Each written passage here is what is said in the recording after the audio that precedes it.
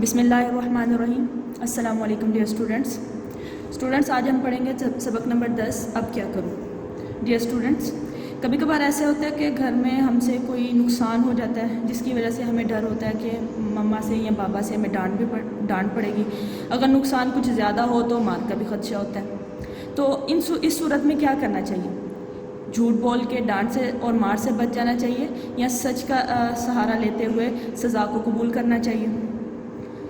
اب ہم مسلمان ہیں اور بحیثیت مسلمان ہم یہ بات جانتے ہیں کہ جھوٹ کی اسلام میں کوئی بھی گنجائش نہیں ہے۔ جھوٹ بول کر انسان دنیا میں تو سزا سے بچ جاتا ہے لیکن آخرت میں اللہ تعالیٰ سزا دیتے ہیں۔ تو اب یہ جو چیپٹر ہے اب کیا کروں، اس چیپٹر میں بھی ایک بچہ راشد کی کہانی ہے۔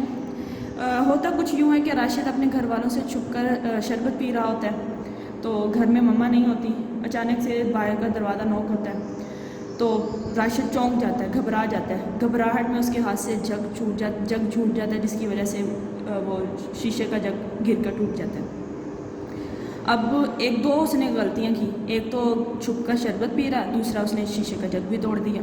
اب اس کو یہ ڈر ہے کہ مما آئیں گی، اب مما سے ڈانٹ بھی پڑے گی۔ اب وہ سوچتا ہے، وہ کہتا ہے کہ ایسا کرتا ہوں ٹکڑے چھپا دیتا ہوں، امی کی ڈانٹ سے بچ جاؤں گا۔ پھر سوچتا ہے نہیں یہ بات نہیں، میں ایسے کرتا ہوں کہ امی جب یہ پوچھیں گی تو میں کہوں گا کہ چھوٹے بھائی نے کیا ہے، تو اس طرح میں ڈانٹ سے بچ جاؤں گا اور چھوٹے بھائی کو ڈانٹ پڑے گی۔ پھر وہ کہتے ہیں کہ نہیں میں ایسا کرتا ہوں سچ بتا دیتا ہوں، لیکن ایسا ہے کہ تھوڑا سا امی غصہ کریں گی۔ وہ کیا کرتا ہے، باورچی خانے سے نکلتا ہے، مما کے پاس جاتا ہے، انہیں جا کے بتاتا ہے کہ نا ایسے میں شربت پی رہا تھا، میرے ہاتھ سے جگ چھوٹ کر گرا اور ٹوٹ گیا۔ تو پھر اس کی مما ایک بڑی پیاری بات اس سے کہتی ہیں، کہتے ہیں کوئی بات نہیں، چیزیں تو ٹوٹ جاتی ہیں، لیکن یہ بہت اچھی بات ہے کہ تم نے مجھے سب کچھ سچ بتا دیا، مجھے تم پر فخر ہے۔ اور یہی جو آخری بات اس کی مما اس سے بولتی ہیں راشد کو، یہی اس چیپٹر کا مورل ہے کہ اگر ہم سے کوئی نقصان ہو جائے تو ہمیں کیا کرنا چاہیے، سچ بولنا چاہیے یا جھوٹ بول کر سزا سے بچ جانا چاہیے۔ ابھی میں ریڈنگ کروں گی، ساتھ میں آپ نے اس کو ذرا توجہ سے سننا ہے۔ سب سے پہلے خاص الفاظ: گھبرا جانا، ڈانٹ، الزام، خیال، باورچی خانہ۔ گھبرا جانا کا مطلب پریشان ہونا، اور یہی خاص الفاظ آپ نے املا کے لیے تیار کرنے ہیں۔ راشد گھر والوں سے چھپ کر شربت پی رہا تھا، اچانک گھر کے باہر سے امی کی آواز آئی، راشد دروازہ کھولو۔ راشد چونک گیا، گھبرا گیا، اس کے ہاتھ سے شربت کا جگ چھوٹ کر گرا اور ٹوٹ گیا۔ راشد گھبرا گیا، اس نے سوچا کہ شیشے کے ٹکڑوں کو چھپا دیتا ہوں، اس طرح امی کی ڈانٹ سے بچ جاؤں گا۔ پھر اس نے سوچا کہ شیشے کے ٹکڑوں کو ایسے ہی رہنے دیتا ہوں، جب امی پوچھیں گی تو اپنے چھوٹے بھائی پر الزام لگا کر ڈانٹ سے بچ جاؤں گا۔ دوسری صورت، پہلی صورت میں اس نے یہ سوچا تھا کہ شیشے کے ٹکڑوں کو چھپا دیتا ہوں، اور دوسری میں اس نے یہ سوچا کہ چھوٹے بھائی پر الزام لگاتا ہوں۔ اب تیسری بات، آخر میں اسے یہ خیال آیا کہ امی کو سب سچ بتا دے، لیکن ایسا کرنے سے امی اس پر غصہ ہوں گی، اور یہی صحیح بات تھی جو اس نے سوچی، اور وہ اسی پر عمل بھی کرتے ہیں۔ وہ باورچی خانے سے نکل کر صحن میں گیا اور امی کو ساری بات بتا دی۔ امی نے اس کو پیار کرتے ہوئے کہا، کوئی بات نہیں، چیزیں تو ٹوٹ جاتی ہیں، لیکن یہ بہت اچھی بات ہے کہ تم نے مجھے سب کچھ سچ بتا دیا، مجھے تم پر فخر ہے۔ اب یہاں اسٹوڈنٹس دیکھیے، اگر وہ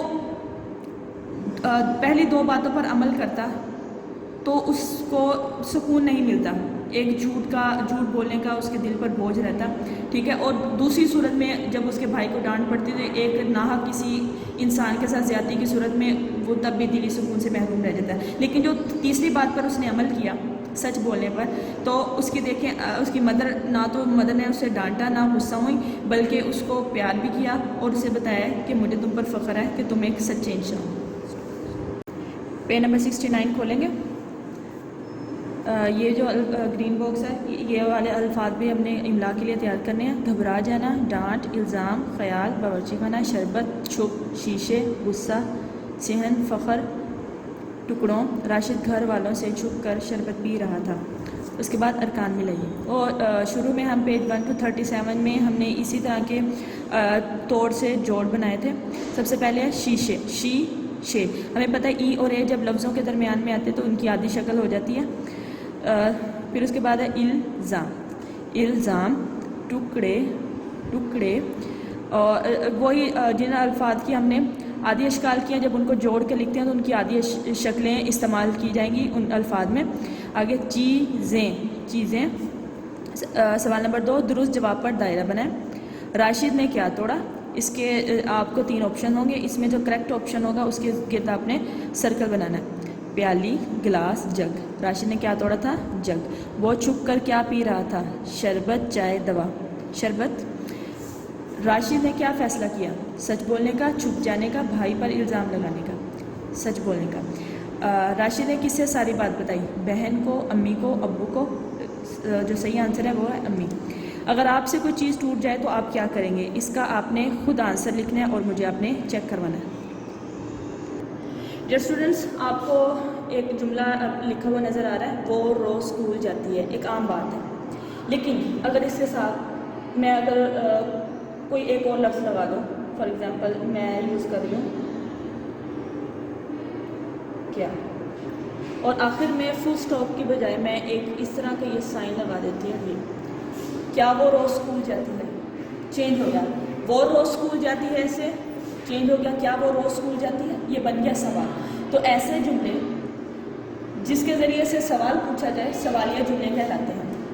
تو آپ جس طرح آپ کا کیا نام ہے، آپ کیسے ہیں، اور آج کل کا جو مشہور سوال اسکول کب کھلیں گے، تو اب سوالیہ جملے بنانے کے لیے کیا کے علاوہ بھی کچھ اور الفاظ بھی استعمال کیے جاتے ہیں، جیسے کیوں، کب۔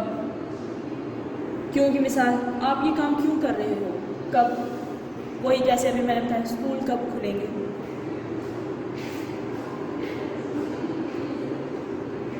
کیسے، کون، جیسے ہم نے لاسٹ ٹائم وہ کہاں، ٹھیک ہے، جیسے ہم ایک اچھا سلوک میں ہم نے بھی کوشچن کیا تھا، بوڑھی عورت کہاں رہتی تھی، ٹھیک ہے، اسی طرح کی یہ الفاظ استعمال کیا جاتا ہے سوال کے لیے۔ اور پھر اس کی ایک اور پہچان یہ بھی ہے سوالیہ جملوں کی کہ ان کے لاسٹ میں یہ والی علامت آتی ہے، اسے سوالیہ علامت بولتے ہیں، سوالیہ نشان، ٹھیک ہے۔ پیج 70، سوالیہ جملے۔ وہ جملے جن میں کوئی سوال پوچھا جائے سوالیہ جملے کہلاتے ہیں۔ مثلاً آپ کہاں جا رہے ہیں، کیا آج چھٹی ہے، یہ کون ہے، آپ وہاں کیوں نہیں جاتے۔ سوالیہ جملے بنانے کے لیے کیا، کیوں، کون، کیسے، کب، کہاں کے الفاظ استعمال کیے جاتے ہیں، مثالیں بھی ہم نے ڈسکس کی ہیں۔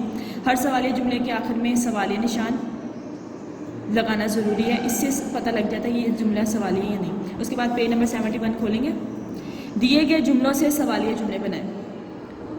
آپ لوگوں کو سمپل سینٹینس دیے گئے ہوں گے، سادہ جملے دیے گئے ہوں گے، آپ نے جو ابھی میں نے پچھلے 70 پیج پر ہم نے کچھ الفاظ کیے تھے کہ کن کن الفاظ کے استعمال کرتے ہوئے ہم سوالیہ جملے بنائیں گے، انہی کو استعمال کرتے ہوئے آپ نے ان سادہ جملوں کو سوالیہ جملوں میں تبدیل کرنا ہے اور آخر میں سوالیہ علامت لگانی ہے۔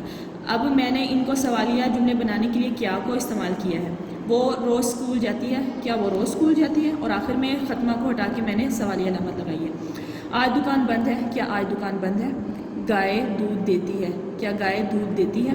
امی نے حلوہ بنایا، کیا امی نے حلوہ بنایا۔ علامہ محمد اقبال ہمارے قومی شاعر ہیں، کیا علامہ محمد اقبال ہمارے قومی شاعر ہیں۔ اس کے بعد ہے سوال نمبر 5، اب اپنی مرضی سے کوئی سے 2 سوالیہ جملے بنائیں، یہ ایکٹیویٹی ہے اور آپ نے اس کو خود سولو کرنا ہے۔ اسٹوڈنٹ پیج نمبر 70 پر آئیں گے۔ مفعول، فعل، فاعل اور مفعول کی ڈیفینیشن ہم فرسٹ لیکچر سے کرتے آ رہے ہیں اور یہاں اس کو دوبارہ سے ریوائز کریں گے۔ جس چیز پر کام کیا جائے اسے مفعول کہتے ہیں، اور اب ہمیں پتہ ہے فعل کام کو کہتے ہیں، فاعل کام کرنے والا، اور جس چیز پر کام کیا جائے اسے مفعول کہتے ہیں۔ اس کی مثال احمد کتاب پڑھتا ہے، اس جملے میں جو احمد پڑھنے کا کام کرے وہ کتاب ہے تو اس کا مطلب کتاب مفعول ہے۔ اسی طرح کچھ جملے مثالیں دی ہیں، سارا نے سبزی کاٹی، لڑکے نے گیند پکڑی، بچہ جھولے میں سویا، بلی نے دودھ پیا۔ اب ان چاروں میں سے آپ نے مفعول ڈھونڈنا ہے اور اس کو رف پہ اس کی پریکٹس کرنی ہے۔ پیج نمبر 73 کھولیں گے۔ ان جملوں میں مفعول تلاش کریں اور اسے خالی جگہ پر لکھیں۔ 5 جملے ہیں، آپ نے ان کو ریڈ کرنا ہے اور آپ نے اس میں سے پہچان کرنی ہے کہ مفعول کون سا ہے، جو آپ کو لگے مفعول ہے آپ نے سامنے اس کو رائٹ کر لینا ہے۔ ہینا نے برتن دھوئے، حسن نے سیب توڑا، بچے نے کاغذ پھاڑا، بکری نے چارہ کھایا، مریم نے کتاب پڑھی۔ جو انسٹرکشنز آپ کو اسٹوڈنٹس دی جاتی ہیں آپ نے انہی انسٹرکشنز کو فالو کرتے ہوئے اپنا ورک کرنا ہے، اور ورک آپ کا نیٹ اینڈ کلین ہونا چاہیے اور ڈیلی بیس پر کرنا ہے۔ Best of look.